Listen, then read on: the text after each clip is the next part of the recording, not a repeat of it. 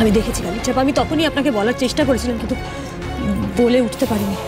দাদু নিশ্চয়ই সইটা করতে রাজি হননি, আর তাই দাদুর মাথায় ভারী কিছু দিয়ে আঘাত করে দাদুর অজান্তে উনি দাদুকে দিয়ে সইটা করিয়ে নিয়েছেন।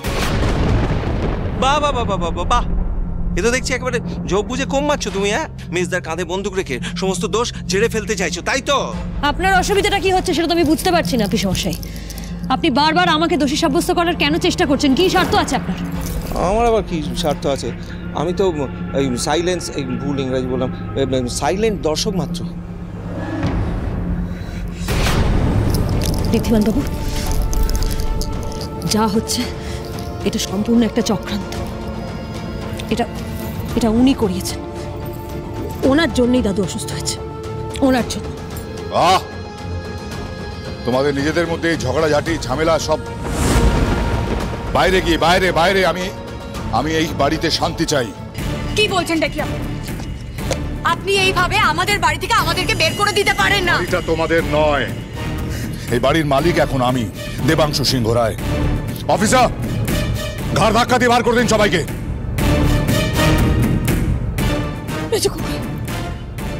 আসুন আসুন, আপনি যাব না, আসুন আমার গায়ে আসুন। মেজো খোকা এরকম করিস না, তোর পরিবার তোর আপনজনের সঙ্গে এরকম করিস না মেজো খোকা। আমি তোর মা, আমি তোকে মেজো খোকা, আমি যাবো না মেজো খোকা। তোমরা দাঁড়িয়ে আছো কেন? চাল চেতুটাকে নিয়ে যাও বেদিতে।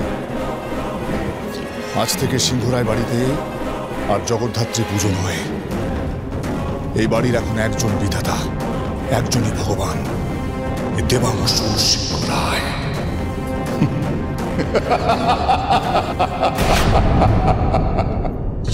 সিংহ রায়তের এত ক্ষমতা, এই লোকটা একদিন এসে আমাদের বাড়ি থেকে বের করে দিল। আপনি চলুন স্যার। দাঁড়ান, তুই ভুল করছো মেজকা। তুই জানো না এর ফল কি হতে পারে। চলুন।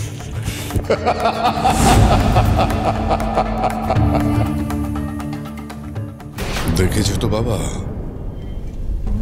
আমার কাছ থেকে সবকিছু কেড়ে নিয়ে যেভাবে আমাকে তুমি বাড়ি থেকে বার করে দিয়েছিলে, আজ তোমার কাছ থেকে সবটা কেড়ে নিয়ে তোমার পরিবারকে আমি বাড়ির বাইরে বার করে দিয়েছি।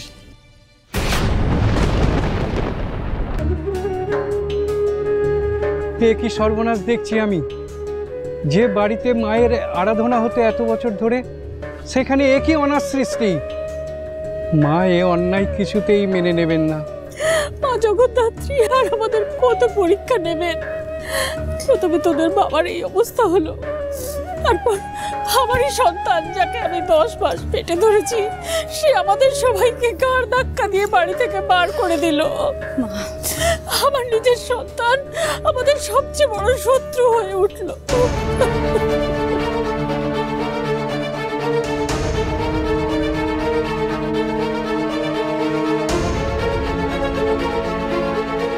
এবার কি হবে রিদ্ধি? হ্যাঁ বাবা, পুজো হওয়া তো দূরে থাক, আদি বাড়িটা পর্যন্ত হাতছাড়া হয়ে যাচ্ছে। যে শুনলে না তোমার মেজকা বললো বাড়ি ব্যবসা সবকিছু নিয়ে নেবে। হ্যাঁ, বাড়ি চলে গেলে তো সবাই মিলে পথে বসবে। সব কিছুই হবে না, কিছুই হবে না। আমি আজই উকিলের সাথে কথা বলবো। কেউ এভাবে আমাদের আদি বাড়ি কেড়ে নিতে পারে না। না, সে তুমি উত্তেজনার বসে বলছো ঠিক আছে, কিন্তু ওদের কাছে তো ওই শ্বশুর বাবার সই করার কাগজ আছে। হতে পারে না। আমি জানি যে দাদু কিছুতেই স্বেচ্ছায় বাড়ির কাগজে সই করে দিতে পারে না। মেজকা মিথ্যে আশ্রয় নিয়ে এটা হয়তো করতে পারে, কিন্তু আমি শেষ পর্যন্ত আমার লড়াই ছাড়বো না। সিংহরায় বাড়িতে মা জগদ্ধাত্রীর পুজো বন্ধ হয়েছে, এর ফল আমাদের সবাইকে ভুগতে হবে। রিদ্ধি, বাবা সবসময় বলে মায়ের আশীর্বাদে আমাদের এত উন্নতি। আর যদি মায়ের পুজোটা বন্ধ হয়ে যায় না, মায়ের রসেই সবটা শেষ হয়ে যাবে। তোকে কিছু একটা করতেই হবে কিন্তু রিদ্ধি। মায়ের পুজো বন্ধ হবে না।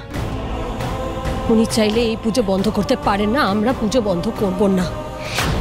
আমি দাদুকে কথা দিয়েছি, পুজো আমরা করবই। এভাবে আমরা হেরে যেতে পারি না।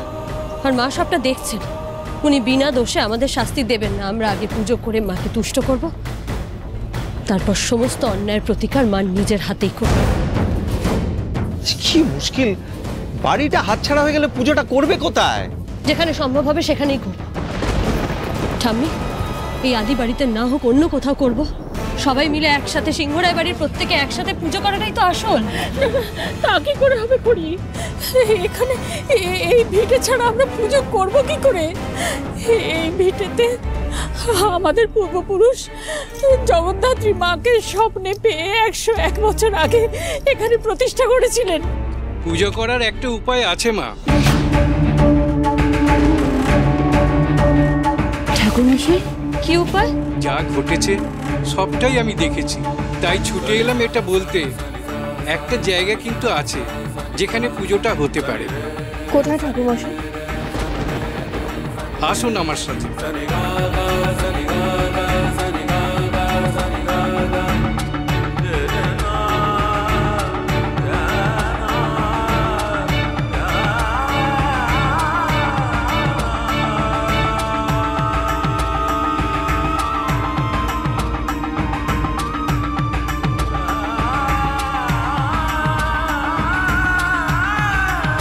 এটা আপনি কোথায় নিয়ে এলেন পুরোহিত মশাই? চারদিকটা তো পুরো জঙ্গল হয়ে রয়েছে। এটা পুরো জমি হয়ে থাকলেও আগে এটা সিংহরায়দের বাড়ির মধ্যেই ছিল, পরে এর বাইরে পাঁচিল তুলে দেওয়া হয়েছিল। আপনার হয়তো মনে থাকবে। হ্যাঁ, মনে পড়েছে। এইখানে তো মা জগদ্ধাত্রীর ভোগ রান্না হতো। সে বড় পুণ্য স্থান।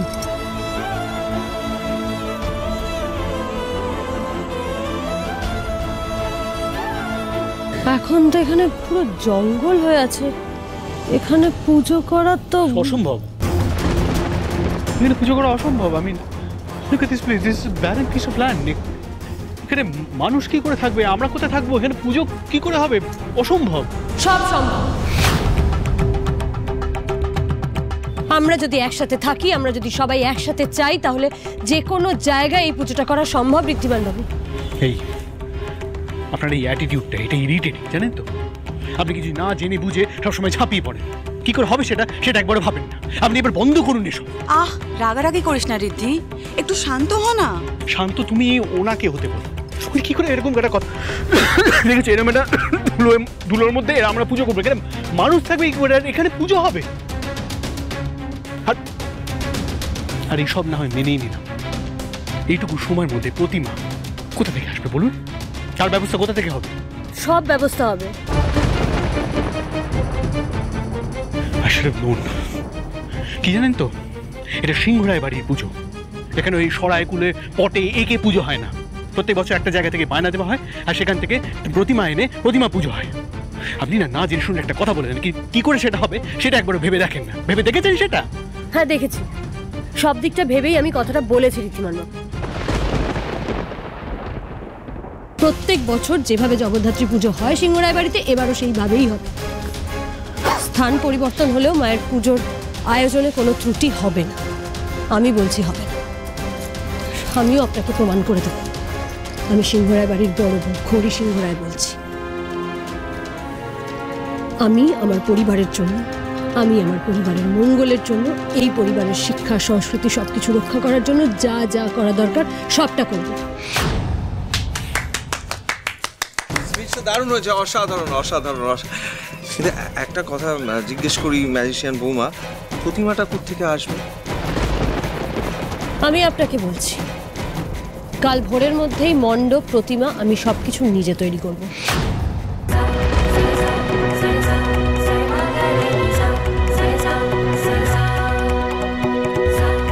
আর এবার পুজোতে যে বাধা দিতে আসবে তাকে খড়ির মুখোমুখি হতে হবে।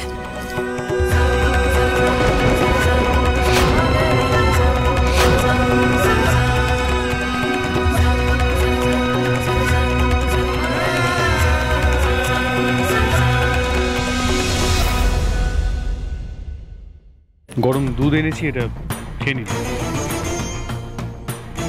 দুধটা খেয়ে তুমি আর মাথা তুলে দাঁড়াবার অবস্থাতেও থাকবে না।